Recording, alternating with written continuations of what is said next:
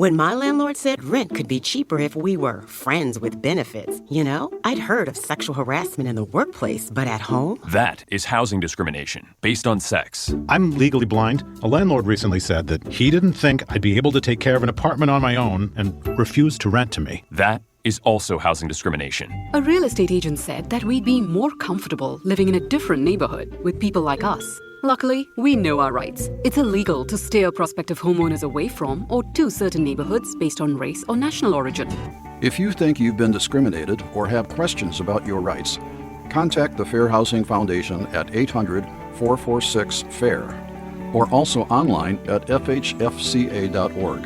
Fair housing is your right. This is a public service message by the Fair Housing Foundation and supported by the Department of Housing and Urban Development under FHIP Grant PEI FPEI 220099.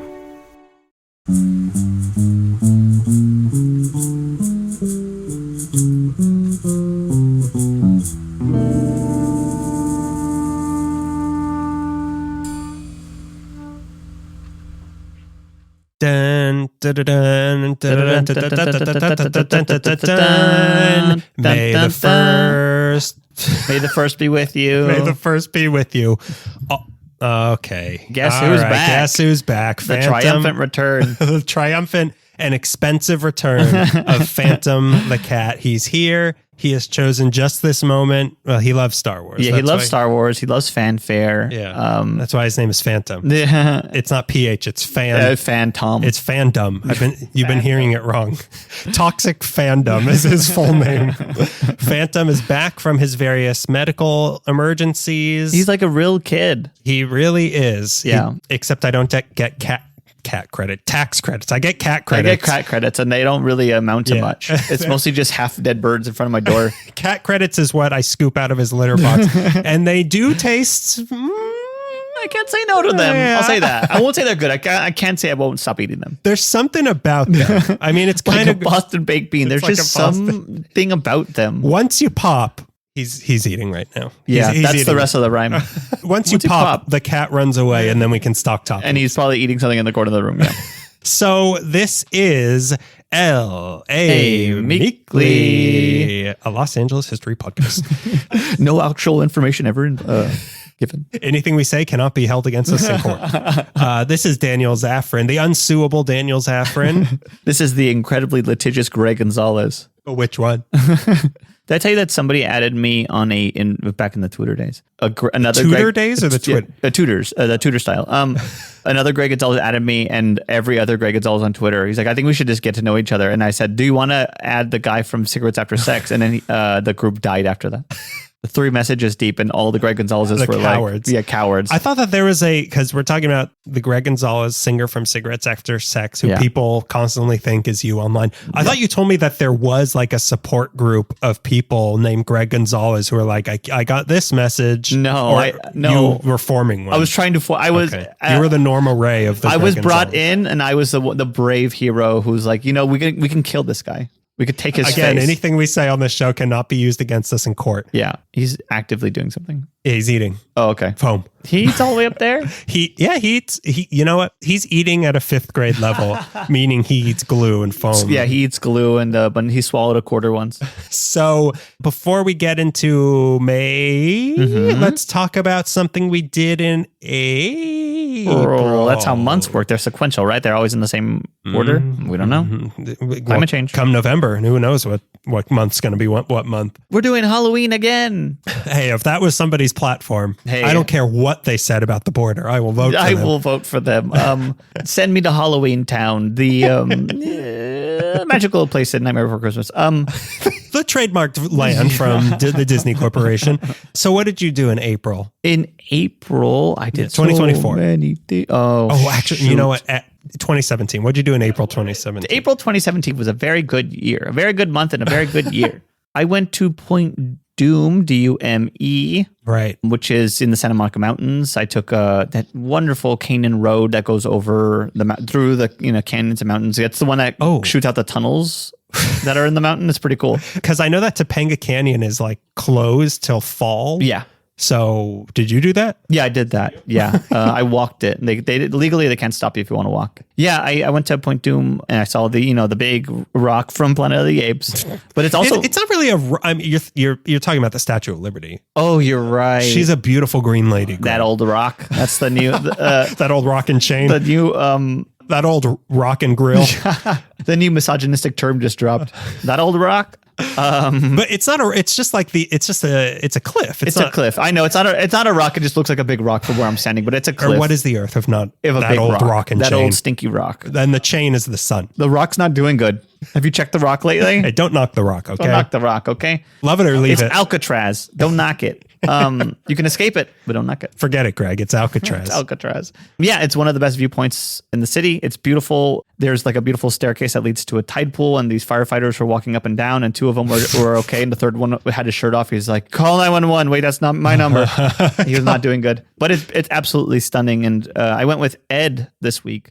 From Ed TV? From Ed TV, yeah. I went with my friend Ed TV, Matthew McConaughey. You're an idiot. I went with Ed, and we had gone to Hawaii, I want to say like 2008, 2009. We had gone to Hawaii with our... When Obama got elected, you said, I'm leaving the country, and then you realized Hawaii's still part of the country. And what I mostly meant was I would need a body of water between him and me. Because I didn't want to hug him so much. I need to go to his homeland. Anyways, all that to say, when we were standing on the viewpoint of Mount Doom, we're like, this looks like Hawaii. Like we might as well, like it's as stunning as Hawaii is, and it's an hour away from home. But the pineapples aren't as good. They're not as good, and you have to buy them. They don't just grow up. They just fall off of a tree on your head, and then you get amnesia. The leis they put around their neck, it feels like a shackle. And they put me in a van, and they say, 2 million or we shove you at the bottom of the ocean. Welcome to Hawaii. Yeah, welcome to Hawaii, friend. I was going to say, aloha. Awalo. Yeah, it is nice there. I haven't walked down those steps because that topless firefighter was me. I know it's hard. Yeah, it's hard to tell. Yeah. When my shirt comes off, it's really a Superman and Clark Kent sort of thing. Like I look like me. Yeah. And then when my shirt comes off, you look like a 50-year-old man struggling to keep up with the fire department. Yeah. Yeah. I look like a volunteer firefighter. But yeah, I've never walked down there, but hey, Kingdom of the Planet of the Apes, you got to see it. They should show it at Point Doom. They should, against the cliff wall. Yeah. And everything is like warped and distorted, and you can't hear anything because the waves are crashing. Yeah. You monsters, you ruined the sound quality. You maniacs, you sound quality did it up. We were the apes all along. Well, you want to hear about me? Yes, please. Okay, let's hear about me now. Let's hear where you ate this month. Hey, this one isn't it? I'm not Phantom. I didn't eat this because this is a book this time. Oh. Yeah. Well, Phantom did. It's a book about food. Phantom had a few nibbles. Yeah. But, he'll talk about it later. He'll throw it up a little later. I had live on air.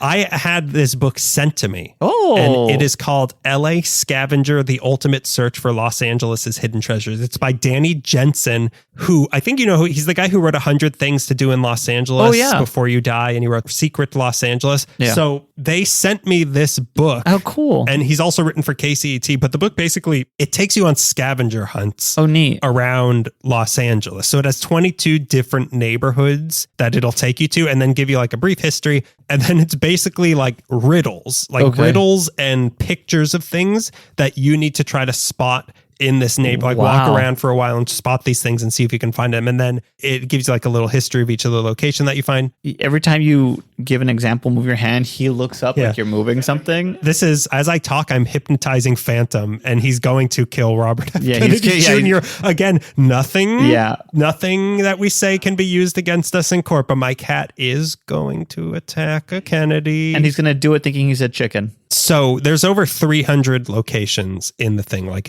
spread amongst those 22 different neighborhoods. So this book is a lot of fun. It encourages you to like explore and take in different neighborhoods around the city, which is something we both love to do. Yeah. So this is like an excuse to be like, let's go look at every single that's cool thing in this neighborhood. Yeah. An example of what they have in Highland Park, one of the clues is, let's see if you get this one. Okay.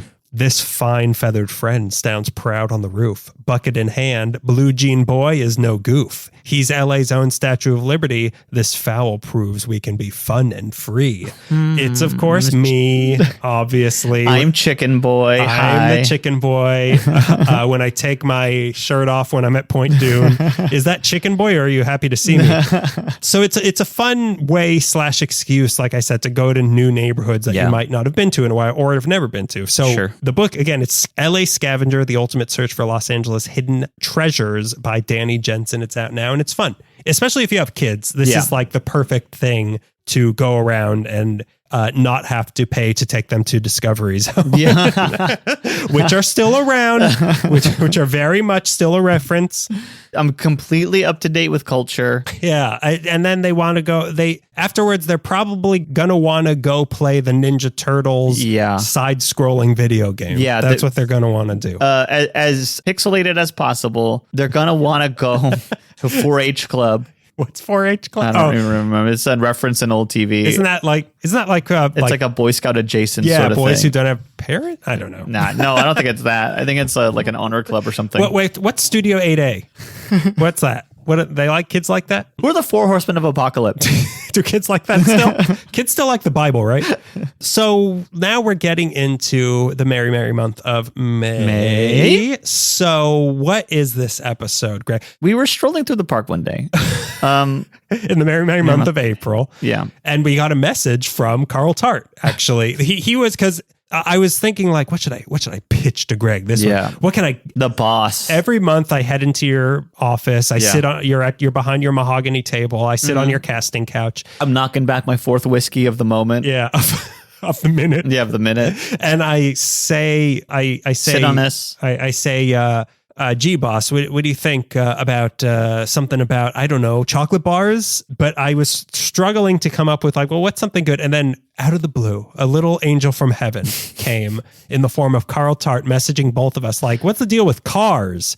Well, he actually wanted to know about Pixar's cars. About Pixar's cars. You wanted to know, so where was Lightning McQueen built? And we kept trying to explain to him, Carl, these are Pixar. When they cry, is it like steering fluid?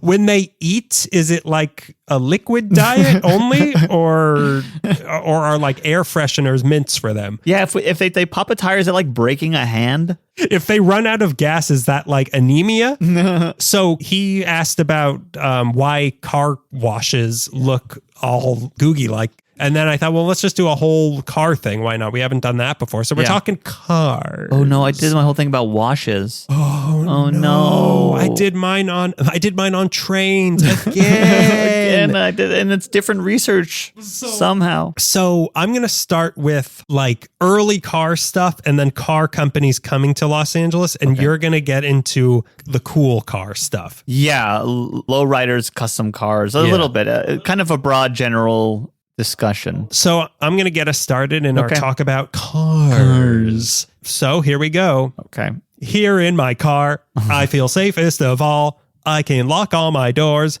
Oh no, here comes the car's owner. I'm speeding away. Here come the cops. They won't take me alive in cars. Kids like Gary Newman references, right? Yeah, they love Gary Newman references. They love a delightful spin on a song that they're going to turn this podcast off and go listen to that instead. This is like TikTok. This is all just sponsored by music companies who want you to listen to hear the full song. If you go to universalmusic.com. This parody is so questionable. You will have to go back to the original, see if you even liked it in the first place. If you even understand what he did there. So I'm going to be covering, like I said, the earliest days of cars in what is now Autopia, but real. And then also the good old car factory days in Los Angeles. So as we learned way back when, LA was a rail town. Yeah, welcome to Los Angeles, where you're getting railed. Coming down to LA and get railed. No thanks. I just wanted to cure my TV. No, get railed by the sun. Get railed with fresh air. I'm talking trolleys, I'm talking trains, pedestrians, and horse corpses at every unprotected rail crossing. But a new alternative was brewing around the country, and boy, did it smell good. What's that sound in the distance? Auga! Oh no, I better stand here as this car slowly chugs toward me. What did I just say? What's a car?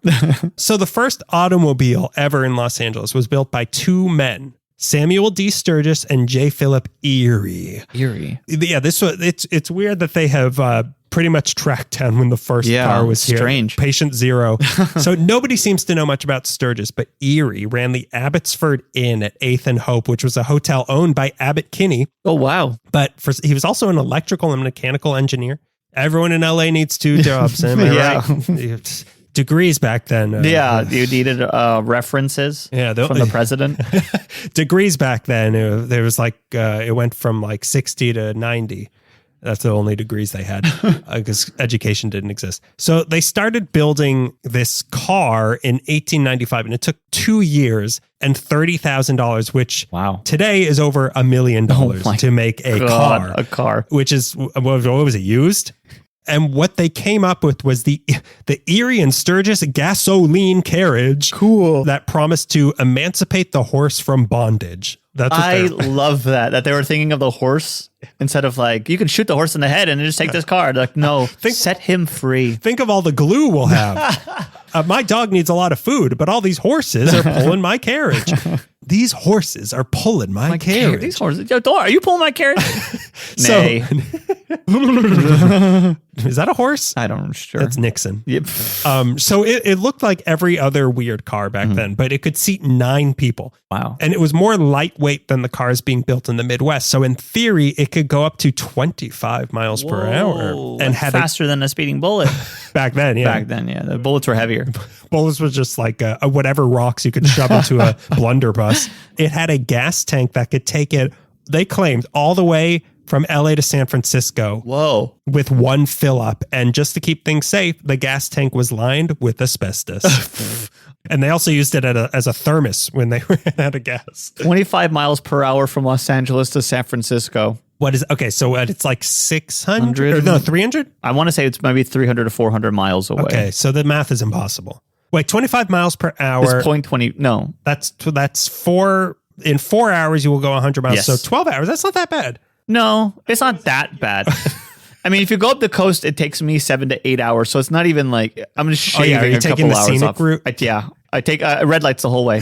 Stop signs the whole way. By the way, we're also thinking like, oh yeah, the 5 always existed. No, you're right. They had to go over Jesus. They had to go through like Death Valley. Yeah, to get they asked for directions from the Donner Party. You're going to finish that asbestos?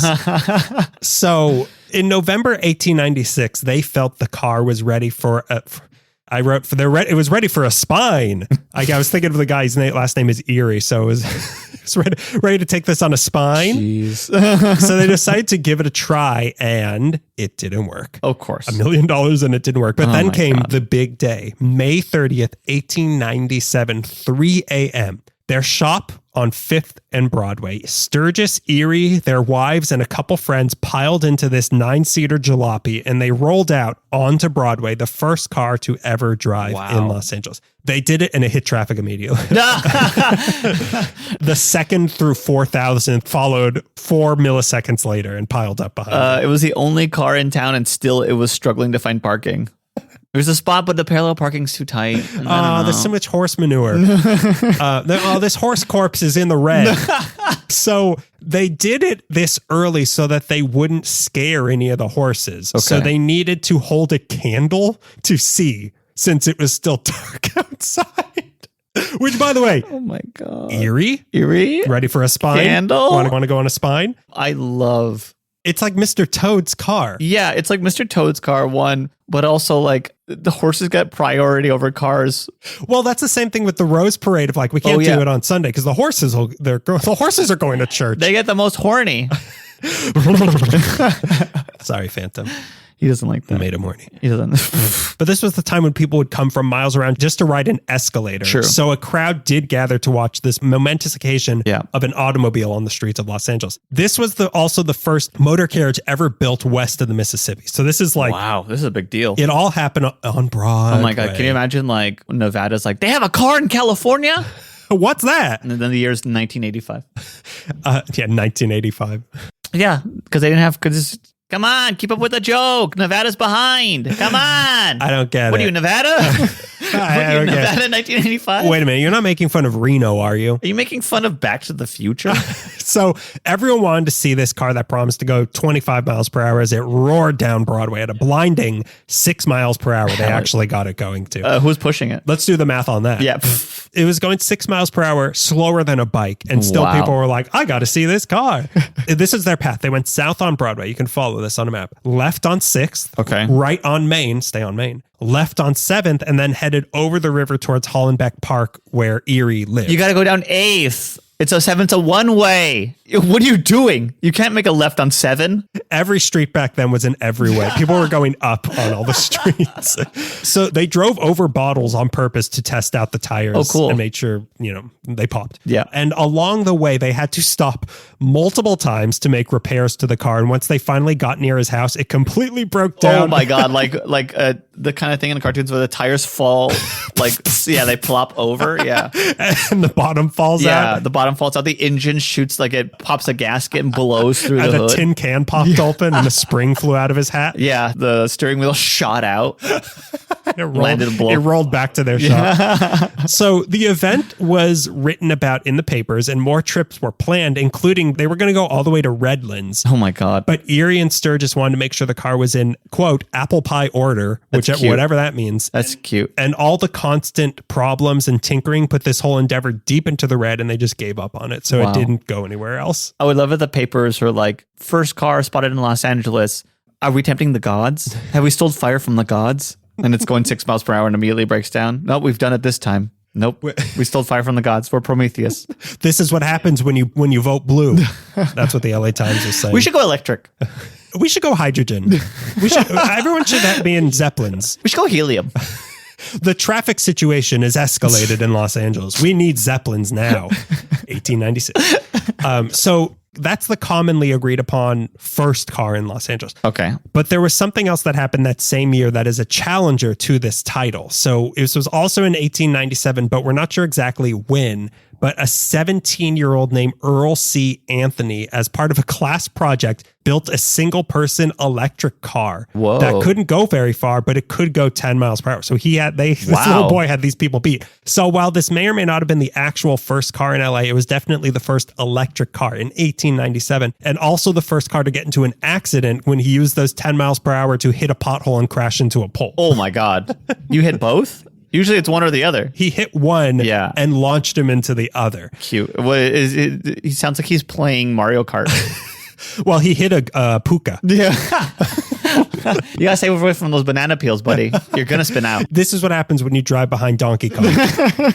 So Anthony also went on to do many other notable things in LA. He started a car dealership with his dad in 1904 called the Western Motor Car Company at Wilshire and La Brea that facilitated a lot of the custom Packards made for the emerging Hollywood celebrities. Mm-hmm. He helped found the LA Motor Car Dealers Association in 1905, as well as helped arrange the first LA Automobile Show in 1907. Wow. It doesn't end there. He may have opened the first gas station in the city at Washington and Grand. He commissioned the first neon sign in the United States to put on the roof of his showroom. Whoa. So the first neon sign ever was for this guy's car dealership in the United States. Yeah. It's now on the front of the Packard lofts downtown, so you can still see it there. He also founded the radio station KFI, as well as helped bring the Dodgers to Los Angeles. He also created a special symbol for his gas station that looks so good, the Standard Oil Company bought it and used it as the logo for their Chevron stations. Wow. He designed the Chevron logo. Wow. I love the guy this who drove the first electric car into the guy a who pole. crashed into the first pothole. How did the pothole get there? I guess potholes. Wait, which came first, cars or potholes? The age-old question. The pothole must have been caused by the other car. But this entrepreneurial young dork wasn't the only one to hop on the rumble seat of this new technology that was emerging. When cars became affordable thanks to the infallibly tolerant Henry Ford, they really started taking off. In 1905, there were 77,000 cars in the US, but by 1915, thanks to Ford, thank you, Henry Ford, there were 2.3 million cars in the United States. A lot of this had to do with the price. In 1910, a Model T cost $950, but by 1925, it was down to $290, which sounds like, is that how business worked back then? Like, I guess it still kind of works. Like a 4K TV is like 30 cents now or whatever. Yep. But like, I feel like cars are just getting more expensive and they're easier to build now. Yeah, it's kind of stupid, but yeah. I'm going to go over this a lot again. So Yeah. If you didn't catch it this time, Greg will say it slower. Yeah. Well, Greg will say it faster. I'll give you stats that I read at 3 a.m.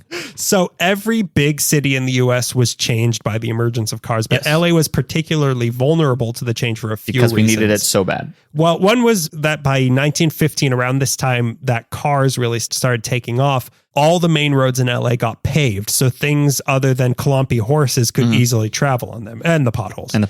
The heavy horses caused all the potholes. Another was that cars at the time were open air, which was great for the year-round LA warmth and sunshine. But another significant factor was that when World War Part 1 started in 1914, the world went into a recession and LA was part of the world. So with the price of cars going down and down, the fares of street cars weren't going lower. So suddenly having your own car in LA started getting more and more of an affordable financial option, as crazy as that sounds. So not to mention that they were faster, more reliable, and more comfortable than the street cars that were becoming more and more tangled in traffic and delays as the city got denser and denser. One thing that emerged from this mess was something called the jitney. You ever heard of a jitney? No. With the railways refusing to adapt to the financial crisis and so many men out of work, people started basically Ubering. Like they started offering Uber services with their own personal cars to drive people around for money. Wow. The first one ever was March 1st, 1914 in Long Beach. They were called jitneys because the ride typically cost a nickel, and nickels were sometimes called jitneys back then in reference to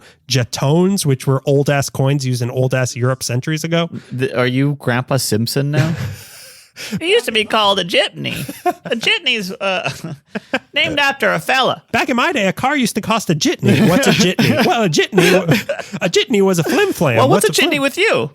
It used to cost an up dog. I was thinking the same thing. Well, what's an up dog? So why that, these coins were from like the 1600s. So why that was still slang in the 1910s, I don't know. So these were a cheaper and more convenient alternative to streetcars and also taxis, which did exist at the time. Now, taxis, strange. Yeah. Back in my day, they were called bluebies. So they were more of a precursor to a bus than a taxi because the jitney would pick up several people along the way. It was a proto-Uber pool. Okay. People also preferred them because you were allowed to smoke in them as opposed to a lot of the enclosed trolley cars. But by 1915, there were 700 jitneys around LA carrying around 150,000 people a day. And the idea even spread out to other cities. There were songs written about jitneys. There is even a Charlie Chaplin short called A Jitney Elopement, but it was really like Ubers. Like the men were driving them. They would work weird hours. They were totally unregulated, like Uber. Sometimes you shoot them, sometimes they shoot you. They didn't have licenses, Uber. So which became an issue for the railway companies, that and because it was costing them a lot of business because people were using this instead of them. So these companies started using their power, the railway companies, to I feel like I keep saying whaleway. Yeah. Whaleway. You didn't, but I'm waiting for it because I think when we talked about the whaleways before, we said it constantly and then we would stop and laugh every time, which is so unprofessional. Well, when it happens, I shall laugh, okay? But until then... A time-honored tradition of laughing when you mispronounce something. So these whaleway companies started using their power to petition the city to regulate the jitneys by making them carry insurance and make them stick to regular routes and timetables. I think the ones that the railways already covered. Okay. They were like, you can't just go anywhere. You got to go where we go. Oh. And they also were no longer allowed downtown because of their petitioning. So that was the end of jitneys. Wow. By 1918, just 4 years, the homegrown phenomenon that had started 4 years earlier were pretty much non-existent in LA because the streetcars. As everyone talks about, the cars killed the railways, think of the jitneys. What about the jitneys? They didn't stand a chance. They didn't stand a we're going to do a rickshaw? It's so funny to like get in a jitney and be like, I got to go downtown. Ooh, best I could do is uptown. I could take you to the limits of downtown, which is like Santa Monica. But while the streetcars could kill the jitneys, they could not stop the sensation that was the personal automobile. Mm-hmm. Awooga. What's that in the distance I hear? A battle cry from the distance. The invading barbarians. The British are coming. And by 1920, LA had the highest per capita car ownership in the United States by 1920. Wow. So going on, over 100 years now. Yeah. As crazy as it sounds, 100 years later to us now, cars in 1920 were seen as the solution to the woes of Los Angeles. Looking forward a little, in 1920, LA County had 161,846 cars and 170 gas stations. By 1930, 10 years later, there were 806,264 cars and over 1,500 gas stations. Wow. And businesses cropped up around these statistics. A lot of bicycle repair shops shifted to becoming car repair shops as bikes faded and the dawn of kingdom of the cars of the apes rose. But LA also became an epicenter of not just driving cars, but also making cars.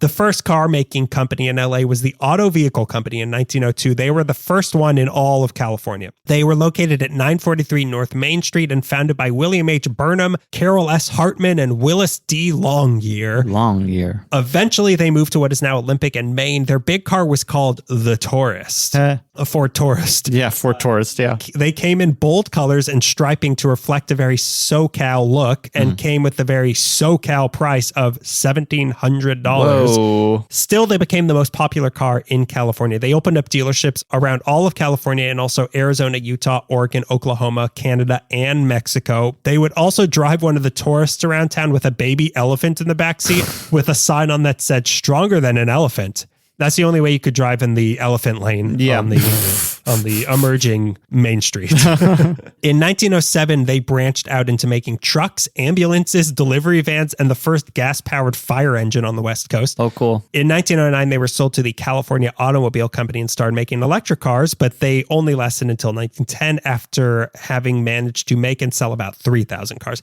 The Natural History Museum has a Tourist, and it's really nice looking. Oh, wow. I can't tell, like the pictures I saw, I can't tell if that is a modern paint job on it because it looks like nice. Yeah. Like it looks nice, Greg. It looks nice. I'm doing hand gestures. Yeah. I'm doing suck it motions on my crotch.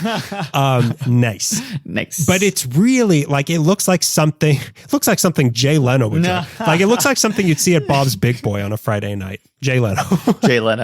An aged Jay Leno. A puffed up Jay Leno. Another local LA car was the Franklin, made by Ralph Hamlin Inc. on Flower Street, started in 1905. By 1926, he had dealerships also in Glendale, Hollywood, and San Diego. But aside from just making cars, there were also things like Motor West magazine that started in LA in 1906 to appeal to the newly emerging Jay Lenos of the world. There were also the car dealerships selling cars. Okay. By 1910, there were around 70 car dealerships in LA that were selling an unfathomable 105 different car brands you could choose from, opposed to like the 3 that we had. Like, I don't understand why car brands went the opposite way of TV channels. Like TV channels started with 3. There's now like 4,000. Yeah. And cars used to have like 1,000. There used to be like 1,000 different types of cars. And now there's 4 and they're all owned by each other.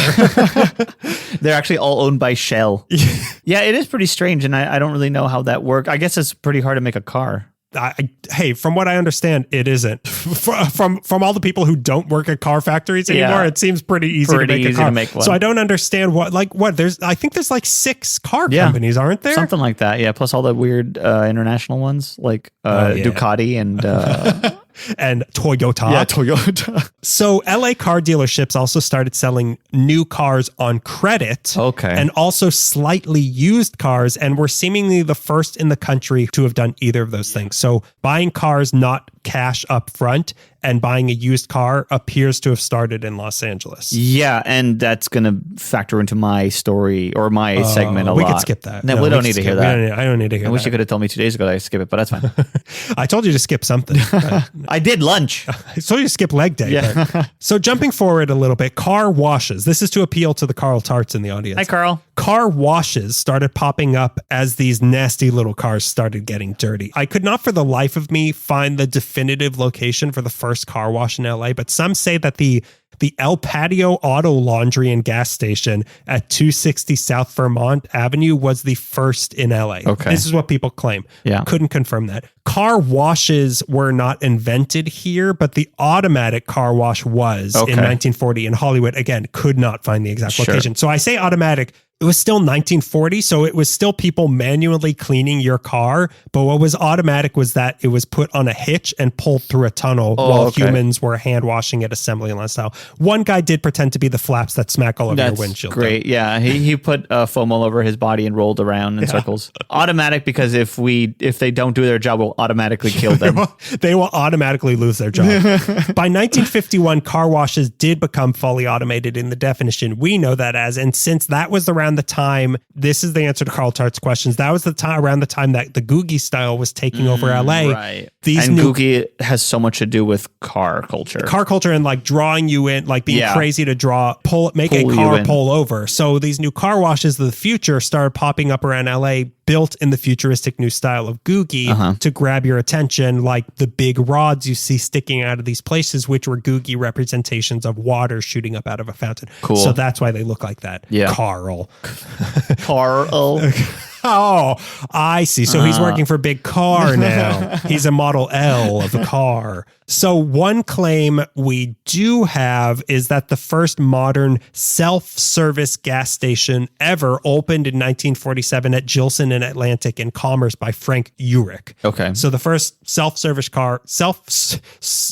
service car wash, it was in Commerce. Wow. How selfless. His slogan was save 5 cents, serve yourself, why pay more? Oh. But now, to step back a little bit, we heard about all the small local shops trying to peddle their automated horse and buggies around town, but it didn't take long for the big boys in the car game to see the cheap prices and wide open spaces of early 20th century LA and say, I want to pollute that. Yeah, I want to damage them irreparably. How can I destroy this? Yeah. In 1911, Ford opened up their Los Angeles assembly plant at 12th and Olive, which would move the next year to East 7th and Santa Fe. This was either the first or second Ford plant to open west of the Mississippi. Wow. It employed 1,100 people and was able to make 300 Model Ts in a day. Jesus. The building is still actually there and is now on the National Register of Historic Places. Then came, oh my God, Phantom! He just rolled off of the table and landed on his feet. What happened? That's one life, okay? You've used up a lot lately, so that's one life for you. So then came Willys Overland in 1929 at 6201 Randolph in Maywood, which was where they made Jeeps. Okay. So that's why Jeeps have Willys on the side, because it's Willys Overland. Oh, wow. Okay. Yeah, it's kind of, I hate Jeeps, and the fact that they say Willys makes me even angrier. You're not cool. You're not cool like a Jeep person like Jeep me. Guy, yeah. So then Ford opened another plant in Long Beach in 1930 at what I assume is only now called 700 North Henry Ford Avenue. Oh, yeah. Which it was serendipitous, which didn't make Model Ts, but rather Model As. Okay. Which is what the Fonz drove. Then in 1932 came Chrysler at 5800 Southeastern Avenue in Commerce, where they were making Dodge and Plymouths and had railroad tracks that went straight into the building so that they could ship these things out to the port, or maybe not the port, but around the country easily. Then in 1936 came General Motors at 2720 Tweedy Boulevard in Southgate, where they made Chevy, Buick, Oldsmobile, Pontiac, and Cadillacs. The last major player came in the form of Studebaker in 1938 at 4530 Loma Vista in Vernon, where they made Studebakers. So all the major car companies of the time had factories pumping out their various death traps all over the more sparsely populated and poorer parts of LA. Yeah, the industrial parts. And then World War Part II hit, and Studebakers had to be melted down into Nazi killers. All these car factories during the war shifted focus to military production for the duration of the fighting, not unlike the brave beer factories during COVID churning out hand sanitizer. So that's where I'm going to break mine for now. And now let's talk about how the culture that built around these cars that started emerging. We got to backtrack just a little bit. To 1985? I get it. Damn it. So we're going to talk about cool cars, custom cars, and low riders. Cooler than a Studebaker? Greg, it's a Studebaker. It's got a round top. Greg, it's a Willys Jeep. Low-rider culture is too broad and amorphous a subject to go into definitively in one of these segments, and requires a knowledge of automobiles that I, the son of an auto mechanic, simply does not have. Son of an auto mechanic. It is crazy that you and I probably know less about cars than anybody. Yeah, absolutely. I don't even know how to put mine in reverse. I just buy a new car every time I need to turn around. Every time I need to parallel park. Yeah. I know very little. My dad's a car guy. He'll open the hood to show me the engine. And it's like to me, it's like a Rube Goldberg machine. Right. It's just like nonsense. He's like, well, it's obviously like and it's the pump or it's the belt or it's the timing belt. What? Why isn't he a belt? It's the belt, which is what I'm going to give you for not understanding this. But I mean, this is changing as like cars basically just become like iPhones on wheels. Sure. But the knowledge of all the things I wish could just be like downloaded into my brain, I wish I just knew how to fix a car. Yeah. Like what could be more, how much money have we spent on trying to fix cars? And if we could have just done all that on our own. I'm willing to learn how to do anything that, like, there's a part of fixing a car where you have to like get a lift to pull the engine out. Anything that requires that, I'm probably not going to be able to do. No. But up to that point, I would like to learn how to do. The thing is, it's never been explained in a way that makes sense to me. Like my dad is not a good teacher. Don't say that. Come on. Think of his PhD. And all the car guys I've known in my life talk to you like you already know the thing, which is like what sports guys do too. Right. And like us like movie guys. Oh, it's a gravel grinder. Yeah, us movie guys. Can you put this in relation to American Graffiti for me? But the last thing I tried to do with my car was when the splash shield came untucked and it wouldn't. So I tried zip tying it all together. And I thought I got it fixed. And then I drove through a puddle and it all came undone. And then I went to get an oil change and they're like, there's zip ties all under the bottom of your car. And I'm like, I don't know who did that. Yeah, I don't know. I ran through the zip tie factory. I drove through a zip tie factory. No, I was being chased by police and they thought it was a spike trip. But it was actually zip ties. It was zip ties and some keys. And some gum. The bags make the same sound. There seems to be a bunch of Hubba Bubba down here. Oh, I don't know, as I'm chewing Hubba Bubba. I don't know, baby. I ran over Elvis Presley. Cars are nonsense to me. I have changed brake pads before. I know how to change a tire. I would never try that. I had my dad standing over me, but he also can't see. So he's like, what are you looking at? I'm like, it's a big ball. I don't know. Boba Fett. Oh, Hubba Bubba. Yeah, I've changed lights before. Like, there are little things. I've changed a light. Yeah. I've changed my in-cabin air filter. Sure, yeah. And that's it. I put everything a fuse else in. I could put oil in. I could dump some oil in. I could dump some. I can put water in the washer fluid. Look at that. You're learning. Look at me. I can check my oil. Don't know what I'm looking at. Yeah, I don't know. I don't know. It tastes bad. It's dry as hell, but there's supposed to be oil in there. So if you're not familiar with what I mean with a lowrider, think Ramon from Pixar's movie Cars. I've never seen Cars. Oh, okay. Have you seen Cars? Yeah, I've seen Cars. I was dragged to Cars. Have you seen Riding in Cars with Boys? Is that part of the car universe? Riding Cars with Toy Stories. Riding in Cars with Toys. Lowriders tend to... If that isn't something that should be at California Adventure, I don't know what is. Yeah. Lowriders tend to mean customized classic cars with spectacular candy or flaked paint jobs, lowered to the point of scraping against the pavement, sometimes Frankenstein by a hydraulic system that gives the car a little pep in the step, a little bounce in the house.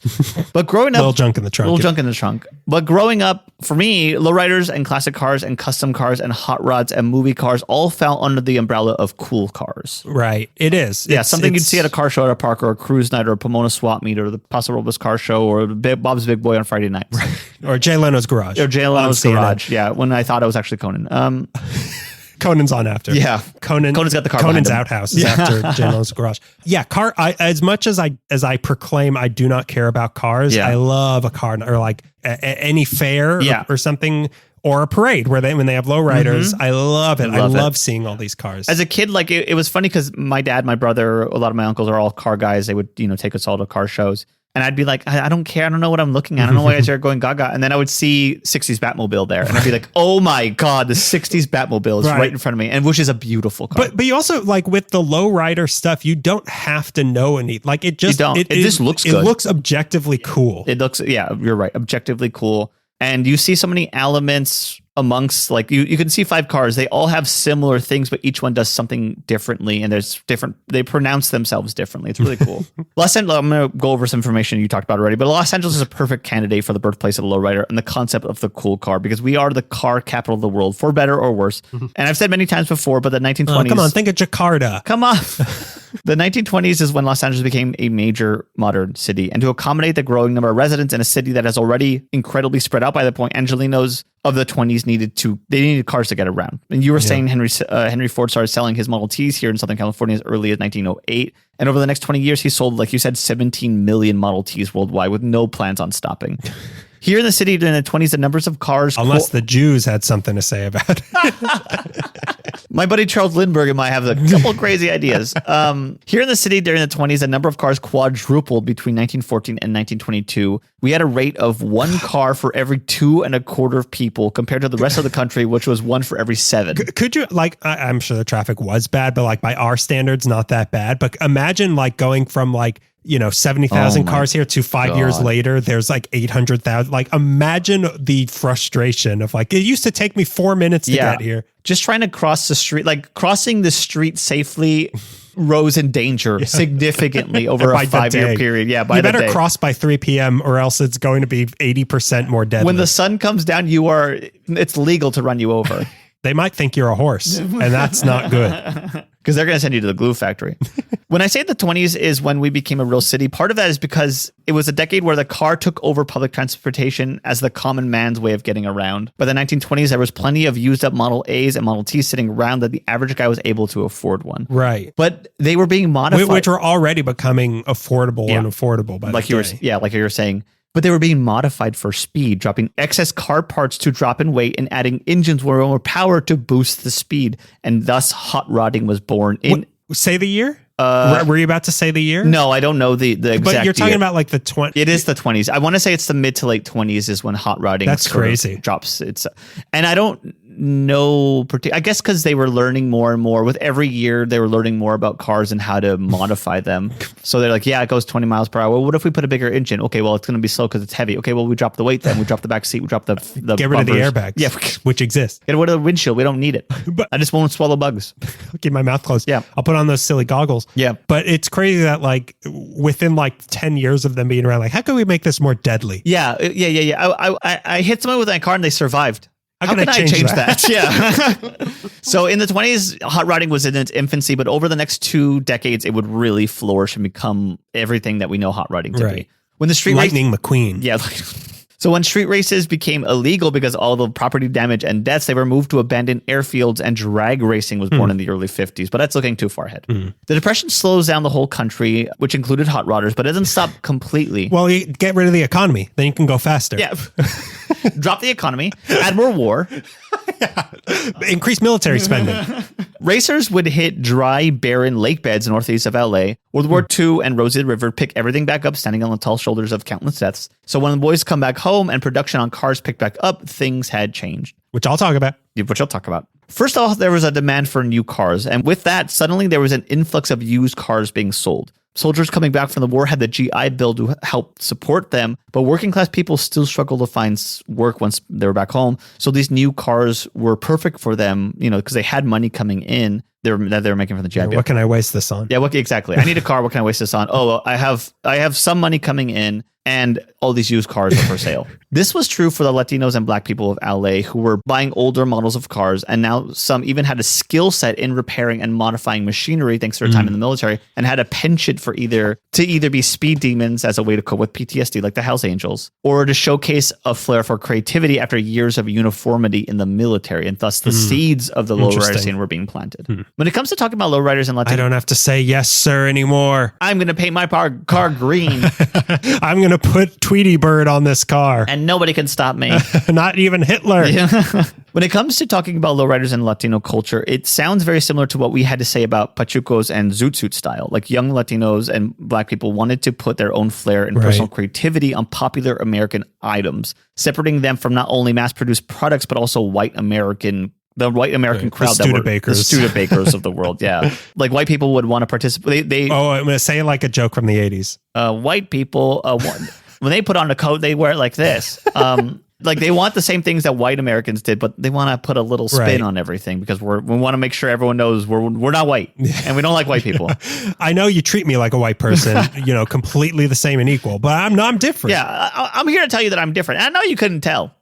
I know you're not thinking it whenever you look at me. I know you're following me around this store for different reasons. In return, people of color managed to resist and still participate in American youth culture. And just like Zoot Suits would take on cultural and political identity, so would lowriders, as it became symbols for not only Mexican-American youth, but a shorthand for Los Angeles. If you see a lowrider, you kind of think Los Angeles. You see palm trees. You do. I see one right now. But so you mentioned Black people. what are those? You mentioned that because it was like Latino and black. Yeah. So black people were doing lowriders too, because you don't really see that. You don't really see that. I think it was predominantly Latinos, but black people were also very into lowriders. Because when you go, I guess I never, because when I see when we were famously driving through a lowrider parade in my Honda Civic, and every time I see lowrider things, it's more Latinos. It's predominantly, I want to say, but there's also like, it's strange because I don't like to generalize. Oh, I do. But like there almost is like a dividing line in between like the classic car guy, which is like usually like an older white dude, Jay Leno, and like guys who are into lowriders. But George Lopez. To me, it's sort of equal parts, because like in the 90s, I'll get to it a little bit, but like in the 90s, you see more lowriders in rap and hip hop videos. Oh yeah, you're right. So like it's part of like LA culture, and it's part of the cool LA culture. I guess you're right. No, they're there too, and they've sort of always been there, or at least from like the 50s, 60s on. Okay, we're part of the culture. But yeah, too. I guess you're right. Like maybe, yeah, you're right. Yeah, I know I'm right. Now, all this to say, after the war, things changed, as did car culture. Now everybody had a car. It was part of everyone's daily routine. Thus, speed was no longer what young car guys were after, because you're driving to work, you're driving to the market or the ball game, or you're a dumb family and everyone's on the road with you. Racing and speed were saved for the hobbyists and the nut job speed demons. What was now or the 134. No one's around. No one's even checking up. If I hit something, I'll just fly onto this sign. Now what was in was creativity. How can you spruce up your ride so it stands out? Okay. While most hot rods during the Depression were Fords because of availability and adaptability, most lowriders were Chevys, which were in surplus, and they were easy to modify. Oh, that's interesting. Yeah. Side note, for some reason, I don't know why, I meant to look it up, but I'm sure a lot of people know why, the Chevy Impala was an institution in the lowrider community. I think it was, I don't really know why. Like all Chevys sounds cool. It does sound cool. I don't know if it was just easier to modify or if it just looked cooler, because I think all Chevys were sort of easy to play around with. Okay, so lowriders in general, they would lower the rear of the car's frame to get it low to the ground and pack the trunk full of sandbags to ensure it would stay low. That's fun. So there is junk in the trunk. There's junk in the trunk. Eventually, that was changed with a more mechanical solution. They cut the springs and they gave the car wheels. They gave the car wheels that were smaller in diameter and had a lower profile, so you didn't see much of them. See, this is what we were taught. Like, I would never, I'm going to cut this spring on the, like, I would never, ever want to know how to mess around with that, because I would die immediately. I think the early 2000s had a lot of car modification shows and motorcycle shows where they would just change a pimp on my ride. Pimp on my ride. But it is fascinating to see how people look at a car and they think we can change that.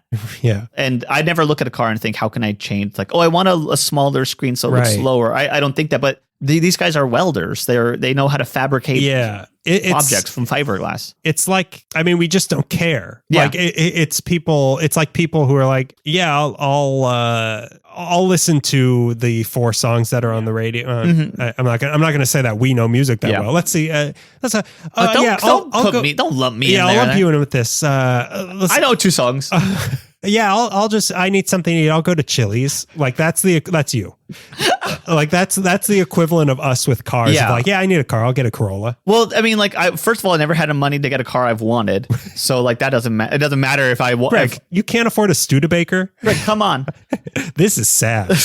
But also, like, I don't look at a car as something I could inform. I was watching the Rad Fink documentary about Big Daddy Roth, and he has a little segment of like, you take a classic car, and then like, well, I want a different windshield. I want the taillights to stick out like this. I want the bumper to like. I just don't look at a car and think, how can I play around and make it look the way I want it to look? It doesn't even occur to me. Like I could change the color. Yeah. Because I'm not creative at all. I get cars that are just gray. I just get a gray car. Something that's low profile so I could stalk people and they wouldn't know. Something that when you're looking out your living room window at 4 a.m, you won't even notice it. Talking about, again, to how they would modify cars, they get a wheel that was smaller in diameter. They had a lower profile. The ideal choice I read was like a 20-inch. I don't know how to even read tire measurements, preferably with the white ring on the tire known as a white wall. If you've seen old cars that have the white circular thing. Biff's car. Yeah, Biff's car. And covered with a baby moon hubcap that I always thought was called a chrome dome. It's not. It's called a baby moon hubcap. People with lowriders would get inventive trying to lower their ride to the ground. They'd cover the rear wheels with fender skirts. Sometimes they'd remove the post in between backseat and front seat windows so they could lower the roof and create a low, menacing, sleek look. You see a lot of Mercuries. They would spray them wild colors, sometimes bright with metal flakes that would sparkle in the sun, or they'd give it a candy coat that makes the color pop and shine. Sometimes it'd be dark matte color that would give it like a brooding look. They'd play around with the bumper and fender styles, swapping out car parts like taillights, headlights, rims. Every part of the car was replaceable, fixable, adjustable. The entirety of a lowrider and custom cars is about deconstruction. Ed Roth was great at this. Like I was saying, sometimes the car he would build wouldn't even function as a car. It was an art piece that had all the elements of a car modified and fabricated with love and creativity behind it, but it couldn't move an inch. It had to be towed into place. The spruce goose. The spruce goose of cars, yeah. Lowriders are really starting to become popular in Southern California in the late 40s, early 50s. Popular with the youth and most popular with Latino and Black youths. So obviously there was decided there had to be laws against this. Around this time is when hot rodders were banished to abandoned airfields to race, and lowriding was starting to get attacked. By the mid to late 50s, a law was passed prohibiting any part of the vehicle to sit below the lowest part of the wheel rim, thus banning lowered cars. It's what's the objection exactly to lowriders? I don't know. Other than not are you white? Damaging the street? Maybe is the only thing I could see them. But I think, But they're not. It's not really. Yeah, I mean, maybe it scrapes a little bit, but like it's not like forming potholes. Yeah, it's not like driving with chains, like snow chains. Yeah. Like it's. I think it's just like they're having too much fun doing this thing that's annoying us. So let's pass a law. Oh no, how will the lowrider subculture survive this? Well, thanks to a Long Beach custom car guy named Ron, I think it's Aguirre, lowriding was able to persist when he created the first hydraulic suspension for his car as the X-Sonic bubble top Corvette. Using mnemonic pumps, valves, and airbags hidden in the frame, the hydraulics could drop a car low and then pop it back up above the wheel rim when the cops pass by. Okay, so you can hide your car. How low it gets. This is just a regular Chevy Impala. No big deal. Bum. We were, before we started recording, did the sad piano version for the trailer of the George Lopez story. Bum bum bum bum bum bum bum. So this was 1957, and it was followed shortly after by a 1959 Chevy Impala, the first Impala lowrider known as Buddha Buggy, a car restyled by Bill Hines for its owner, Tatsuko Tonda. I don't really know much about. I don't know what you just said. I was reading about car guys and tried to like follow it up, but they're really like, it was just mostly forums talking about people. Jay Leno. There were a lot of car guys who were getting famous in the world of custom cars, like Ron Aguirre, like Bill Gines, but also Jay Leno, but also guys like Al Sullivan, who had a shop in Orange County, which we're going to talk about. Carl Watson and Terry Anderson learned from him. Also coming around was the famous George Barris, who had a shop in the Valley at I forget what street. It was on the same street as Bob's Big Boy, I think, which is what, Riverside? Is that Riverside? No, is it Riverside or is that Burbank? I don't know. It's one of those two. I think it's Riverside. He used to have a shop. It closed. But George Barris designed car. He was one of my favorite designers of cars. But he designed the 60s Batmobile. He designed Dragula and the Monster Coach from the Munsters and the Flintstones car for the movie, among many other actual cars. Well, the work was all done for him. He just had to build it. The science was there.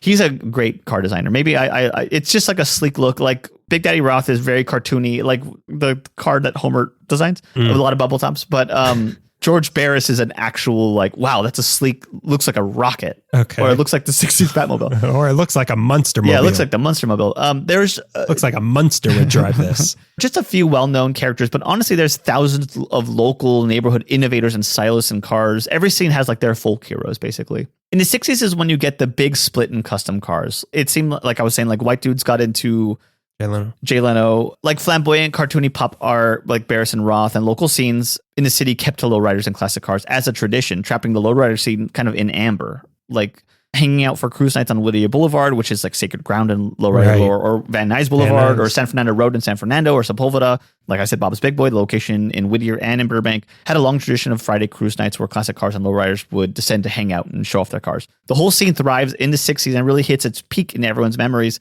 and it's sort of stuck there, even now, in my perspective anyways. Like if you go to a car show today or a cruise night, you're going to hear oldies from the 60s. Fashion styles tend to lean more towards 50s, 60s. We've talked about this before, that the lowrider culture has the best taste in music. Yeah, absolutely. 100%. Yeah. Best Not taste even in music. a question, except maybe just behind the Accordion Society. Yeah, the polka pels. Yeah.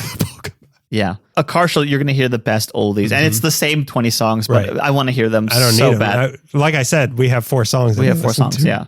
And they're all, it's a very American Graffiti. Like, it's very much what American Graffiti is trying to capture is here's 20 songs you're here. It's a warm summer night. Right. Everyone you know is out. Everyone's looking good. And especially me when I'm there. But the Bob's Big Boy night is so much fun. Yeah. And they open up a special side window just to buy milkshakes. Yeah. So that you don't even have to go inside. Like, you can just be out there in the parking lot with the cars and order a milkshake from this window. Mal's Drive-In could never. Mel's Drive-In should. Mel's Drive-In should. They have a responsibility. They have a responsibility. This is unethical for them to not do this. And why don't they? And where's all the cars, Mel's Drive-In, who are trying to copy American Graffiti? It's up to Bob's Big Boy to do? Yeah, you are American Graffiti. Do better. Bob wasn't there. We believed in you. But as the decades move forward, the cars get less classic and more, in my opinion, kind of sleazy. In the 70s, vans with airbrush murals dominated, and classic cars pushed the hydraulic jump to its limits, popping a massive Chevy in the air for looks, fuzzy dice. Everything's got carpet in it. Lowrider culture started to seep into the mainstream in the 70s, too. The band War puts out the hit Lowrider. The film Boulevard Nights is released. It's actually called the George Lopez theme. Just for everybody who wants to Google it. The Marilyn Monroe of lowriders, Gypsy Rose, which is a 64 Chevy Impala owned by Jesse Valadez, was seen in the episode of NBC's Chico and the Man.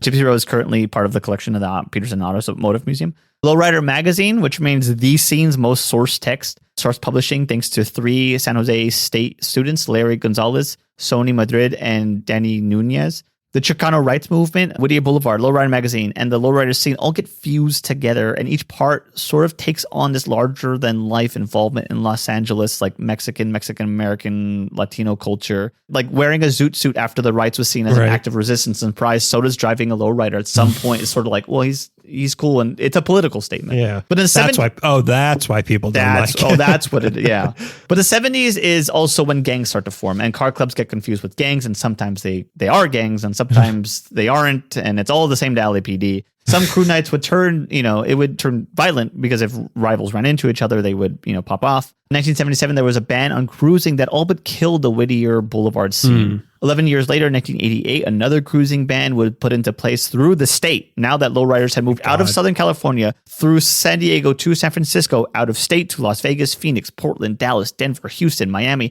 and off continent. The lowrider custom car scene in Japan is one of the most strongest presences in all of subculture. That's weird. That is very un-Japanese. But you got to see it. It's so strong. Like every time the car pops up, it apologizes. Lowrider culture has persisted through the 90s because of, like I said, rap and hip hop, because the people who like Ice Cube, Eazy-E, and Snoop Dogg all found value and status in their cars, the creative looks and innovations, and all in the sense of rebellion that came in being seen in lowrider. It meant something. It was a sleek old car that's been modified and fawned over, and it's not another like off-the-line Toyota Camry. It's a big, huge metal art piece that lets people know how cool I am. Well, that's why when I strolled through the lowrider parade in Elysian Park in my Honda Civic Hybrid, it really turned a few heads. It really changed the game. Yeah. They didn't know that you could do that. Yeah. That's why you see so many people driving Honda Civic Hybrids now. They didn't know that you can accidentally drive into they didn't know lowrider parade. They didn't know that the street was not blocked, so from now on they block it. They block it. It changed the game. And nobody's going to Bodegon's anymore because Bodegon's not there. The scene is stronger than ever, obviously. So strong that this year, 2024, Gavin Newsom passed a law prohibiting cities and local governments from passing anti-cruising ordinances that would ban lowriders from driving on public streets. Let my people go. And during Passover of all times. Yeah, let my people go. Let my lowride jump. Well, now we're going to take a step back a little bit more and talk more about the factories, like the big factories. Yeah, because I was curious and I could not touch the factories. Do not touch these factories. Don't touch these factories. You're not union. I'm union. You're going to monopolize them, aren't you? No, I'm union. I'm union. I swear I wouldn't do that. I'm union and I also work for the mafia. So I'm going to get more now into like what sort of unraveled. Because LA really was like not just car culture, but like cars are made here. Yeah. Which was our old slogan. And our cars are made here too. Car brakes work well in a place like this. Going back to just after World War II, the war is over and Hitler is in Argentina. The production of cars kicked into a whole new gear, which I'm told is a car thing. GM opened up another plant in Van Nuys in 1947, which I'll get to a little bit later because it's in the valley. Yeah. That's going to be its whole own episode. They were making at this one in Van Nuys Corvairs, Novas, Camaros, Chevy full sizes, and Firebirds. In the 1964 Chevy Nova is my dream car. I don't even know what that looks like. Does that have wheels? It's got wheels, buddy. Oh, whoa. It's got wheels driven by another wheel. It's got 4 wheels, and behind the wheel is a wheel. So Ford opened up another plant in Commerce in 1948 at 5801 Southeastern Avenue that made Lincolns and Mercuries. Nash Motors, which I don't even know what that is, opened up in El Segundo in 1948. Kaiser Fraser, again, which I think it's part of the new He worked with Hitler, right? Kaiser Fraser. Yeah, Kaiser Fraser. It was Niles Goebbels. So, his most trusted lieutenant, Eddie. Herr Eddie. They call him the dog. Not to be confused with Bulldog. So Kaiser Fraser opened near the Long Beach airport in 1949, making Deluxe, Special, and Travelers, whichever those are. Yeah. Then a little later in 1958, Ford opened yet another plant at 8820 Washington Boulevard in Pico Rivera, making Mercury and Edsel. So there were a lot of even Ford. There were like 3 or 4 Ford plants. Wow. At the peak of car manufacturing in LA, there were some 15,000 people across the city building cars, churning out 500,000 automobiles a year in Los Angeles. Supposedly during the 60s, we overtook Detroit in the number of cars built. Really? So, but as George Harrison keeps trying to tell us, all things must pass. Talk about kidney stone. All pain must linger all stones for a few must days. pass. At a certain point in the 60s, car companies realized something crucial. Americans are expensive. It would save them so much money if they could move these car factories to other countries where nasty American concepts like unions and living wages weren't so important to people. In other countries, they're just happy to work. They thank us that we can put a little bit of food on their table. And we mean a little bit.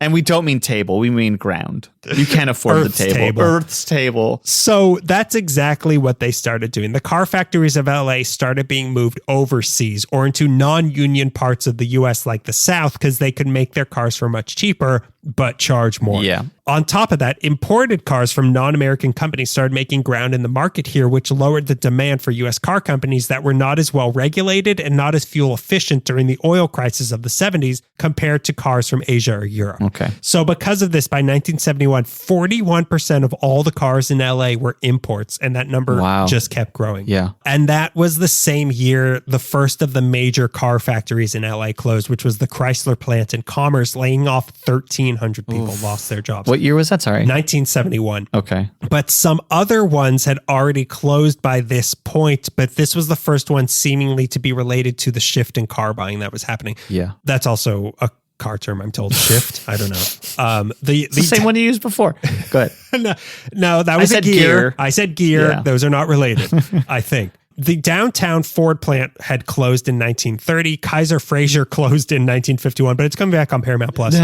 Willys Overland closed in 1954. Nash closed in 1955. Ford Long Beach closed in 1959. Studebaker closed in 1956. Ford and Commerce closed in 1957, but the Chrysler one was a huge factory to close. The next big one came in February 1980 when the Ford in Pico Rivera closed, laying off 1,670 people. Then in April 1982, the GM plant in Southgate closed, laying off a whopping 2,550 people. And then suddenly, the only car manufacturer left in LA was the GM factory in Van Nuys. Wow. Which is kind of a minor case study of what was going on and what had happened at the bigger plant. So I'm going to go into that now. Like I said, this place had opened in 1947 at 8,000 Van Nuys Boulevard in what you would now call Panorama City. Panorama City. It was 100 acres big. Wow. And like a lot of these plants were, it was a big factor in developing the surrounding neighborhood. This one in particular was influential in bringing people to that entire part of the valley. So these were union jobs that paid well and land around there was cheap at the time. Mm-hmm. So families started popping up and building houses and it became kind of like a little company town like Van Nuys, Panorama City. Wow. The families knew each other and were bonded by employment at GM, which they were proud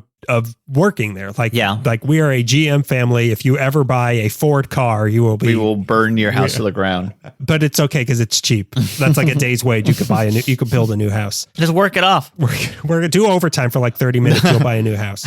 Workers would go to drink together at places in the area like the Trophy Room or Shea Ho or Opie's, which cool. I'm sure you would, any one of those you would pay to go to these days. Oh, absolutely. And you would have to drag me out.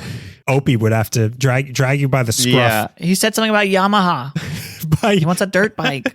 Are you speaking Japanese in a GM town? Are you speaking Japanese in Panorama City? By 1977, these were the people physically building all the Camaros and Firebirds in the country. We're coming out of Van Nuys. Thunderbirds are beautiful. Firebirds, not Thunderbirds. Oh, what did you say? Camaros and Firebirds. I don't know Thunderbirds. I don't know what a Firebird is. Not a T-bird, an F-bird. Yeah. F-bird. I'm going to flip you the F-bird. I'm going to lay an F-bird right now. But they were hit just as hard by the influx of imported cars, and the recession of the 80s just made that worse. Yeah. So the cost of living went way up, and the layoffs started. The United Auto Workers Union decided to picket them for higher wages and also to protest the discrimination some of the Latin American and black workers were facing in the factory.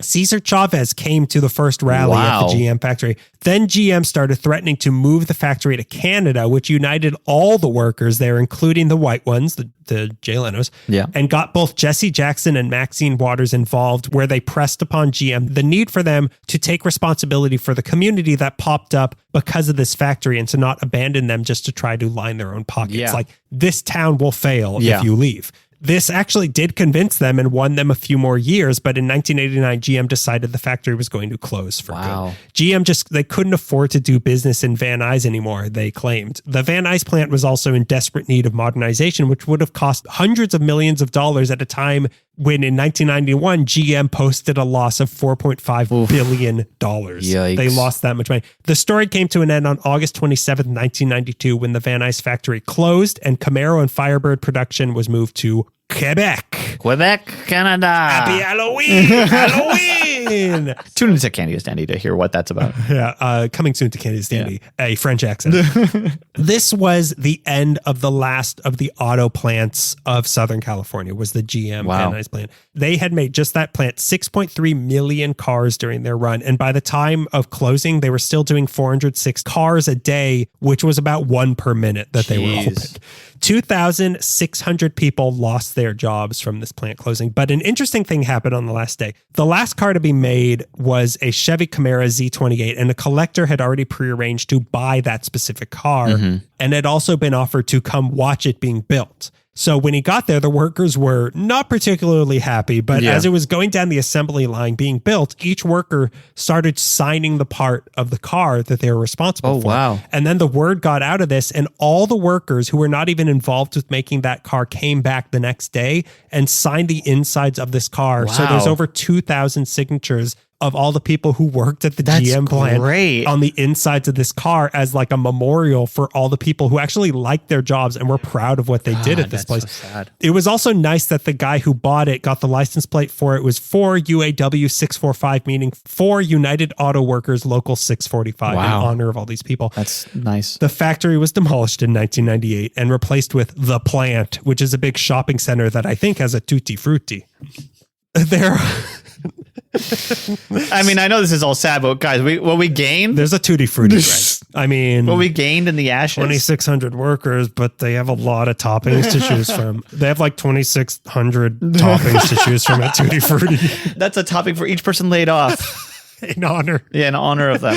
So there are no longer any car manufacturers operating in Los Angeles. The closest is TABC Inc., Tab Inc. at 6375 Paramount in Long Beach, which opened in 1972. They were the first Toyota parts plant in the US. So they just make parts for Toyota. So that's kind of the closest we have. Okay. But what this all got me thinking about, other than, man, Jay Leno looks good in denim, is that if any of these factories had closed in some other smaller town where like that was the industry, it would have been the end of that town. Sure. Like it would have turned whatever town that was into like a sad semi-ghost town where you get harvested for your fillings if you run out of gas there. Like it would have destroyed anybody else.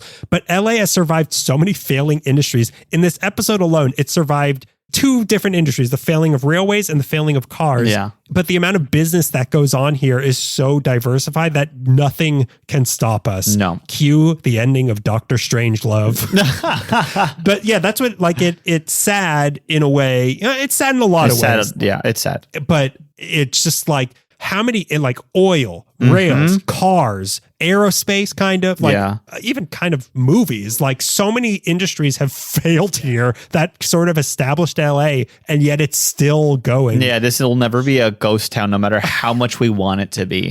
How much we just like, everyone go back home. We can't do this anymore. But yeah, it's the legacy of cars. We're now just users of cars. Like we no longer create it. Yeah. We are just sort of living it. Yeah, we're fans of cars. We're either fans of cars or it's just a utilitarian purpose. Like, I mean, I talk to plenty of people like, I hate having a car. I hate having a car. I love having a car and hate having it. I hate paying for a car. Yeah. I hate dealing with parking, but I can't. I need a car. Yeah, the public transport system is just not. I don't know how to ride a bike. I don't think that our public transport system is so bad, although a woman was stabbed like 60 times. But how badly was she stabbed? But it just, the way that the city's laid out, it just cannot accommodate us. For specific people, it can be very good, but like I will never make it to work on time if I have to take public transportation. Nope. I barely make it to work on time with a car.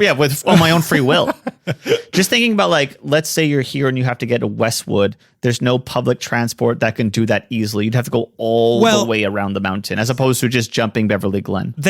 I'll jump Beverly Glen whenever I want. Whenever she's awake. But whatever they're building, supposedly this light rail that's going to go from like Sylmar to Westwood, like I can't wait for that to happen. Yeah. And then I won't have to park by the graveyard and get scared every time I want to go to Westwood. But like I can't wait for that sort of stuff to start coming more and more. But it'll still never be enough. Like I will never be able to take public transportation to Granada Hills to visit my parents. Yeah, no.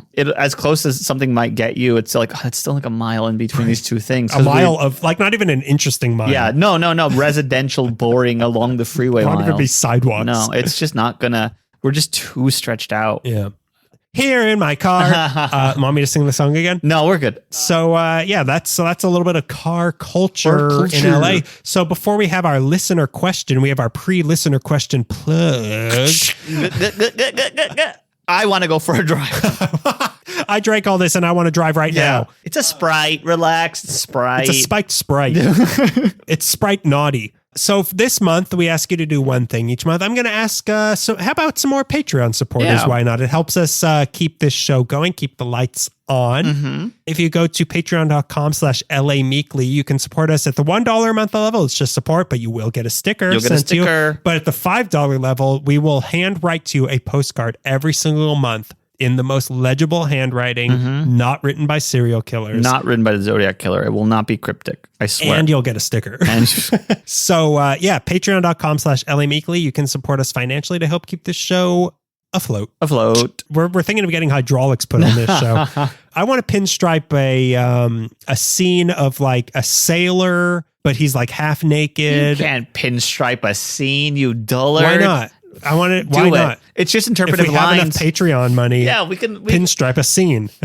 It'll just be like a Pollock thing, but do it anyways. Yeah. It's just like splatter. I want someone to sneeze paint all over my car. And if we don't have enough Patreon supporters, if you can't tell a story with accent lines, then who are you? So now it's time for our listener question. This one is from our friend Olivia. Hi, Olivia. She asks, I have wondered since long before moving here whether people who were actually from here used the word Cali.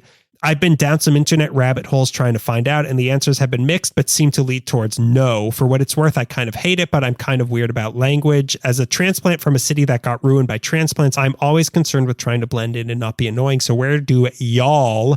She just gave herself away. Yeah. Where do y'all stand on this? As a side note, I've kind of wondered the same about SoCal, though that one doesn't bother me as much. I did use SoCal in this, but I kind of used that for dramatic effect. Right. I use SoCal a lot. Do you really? Yeah. I like saying Southern California, but SoCal, if I'm, let's say I am anxious. You're on a rush. You're rushing by. You're late to work. Yeah. But I've took public transit. I've never heard, nor have I ever said Cali before. I have never, ever. I don't even think as a joke. Yeah, I've heard it as a joke where people are pretending to be like from either like a Valley Girl surfer type or like an out of towner talking about. Right. The way you would say hella is like a North California thing. Yeah. Like, oh, hella Cali or whatever stupid crap. But I've never Cali SoCal. Yeah, but I've never heard it earnestly. Yeah, I neither have like even from I feel like I've heard it from some people who think they're really cool and maybe live like in the outskirts of LA or like moved away from LA. It's an Orange County thing. Yeah. Yeah, maybe. Like I don't like, I'm with her. Like I don't like slang. Like slang is always going to make you sound stupid at a certain point. Yeah. So I will always say California. I will always say Southern California. Yes. Except for dramatic effect. But yeah, I don't think that, I don't hear people saying that. I like the F too much. I love to F. I love to F anytime I can. I'm about to lay an F bird right now. I love the sound of California. California. Yeah. It makes me feel like John Steinbeck. It makes me feel young and free like John Steinbeck. I don't hear that. Yeah. I mean, like, do you hear people say that? I never heard people say that, but I don't hang out with cool people. Maybe cool people say this, but weird definition of cool is weird. Yeah. Yeah, true. If they're on TikTok, they're cool. Yeah. But like, I don't think that's a thing. I feel like it's, like in shows or like advertising campaigns when they make up slang to like help sell the product. Like I feel like that's a marketing gimmick that nobody actually says. Yeah, I agree. I think it's exactly what you just said. Yeah. I'm going to go back to California. California. That's how I sing this song. I feel like TV's interpretation of surfers say Cali. Yeah. But I don't know if I've ever heard. I mean, maybe I don't hang out with surfers and skaters, but you don't. Have you been to Dogtown? No, I don't think it's a thing. No, I don't think it's a thing either. I say no. If you say it, you're exposed. You are a lizard person. You have exposed yourself. Yeah. Get out if you're a lizard person. Go back to a rock. To lay on a rock. Oh, okay. That's what I meant. Sorry. I realized after I said it that it sounded awful. You bet. I ran all the way back to a rock. Is that what you were trying to say? That's what lizards do. That's what lizards do. Yeah. They love to Hi, lay I am on a lizard. rock. I ran back to a rock. A rock. So Greg hates people from Iraq. I love people from Iraq. Lizards. I love Gila them. monsters. Yeah, Gila monsters. So that was our May episode. Hey, everybody. I know Earth Day just happened or is about to happen, but get in your car and just burn some oil and rubber. What better time to hop in your car? Oh my God. Earth Day will always remind me of the show we were supposed to do that COVID took away from us. Oh my God. Yeah, the Earth revolted. The Earth said no. The Earth said no thanks. You know what? I'm not just taking away Earth Day. I'm taking away all days. All days. Yeah. Every day will be the same. Yeah. So enjoy your car this Earth Day or previous Earth Day, and see you in a little bit when we have put on some new carburetors. Carburetors. Have a nice May, everybody. Go to the beach. Do something nice for yourself. Get ready for summer because it is going to be miserable. You're going to never want to leave your car. No. Because that's where your air conditioning works. So that's been yet another episode of LA Meekly. Bum, bum, bum, bum, bum, bum, bum. Since 2013. Wow. George Lopez's face pops up on a trampoline. That you tie it to George Lopez so much infuriates How me. could it not? I mean, like... The song was... I've heard that song for like decades. And it's you're like peanut butter and jelly. You cannot extract the two. Who the hell's George Lopez? Who the hell's jelly?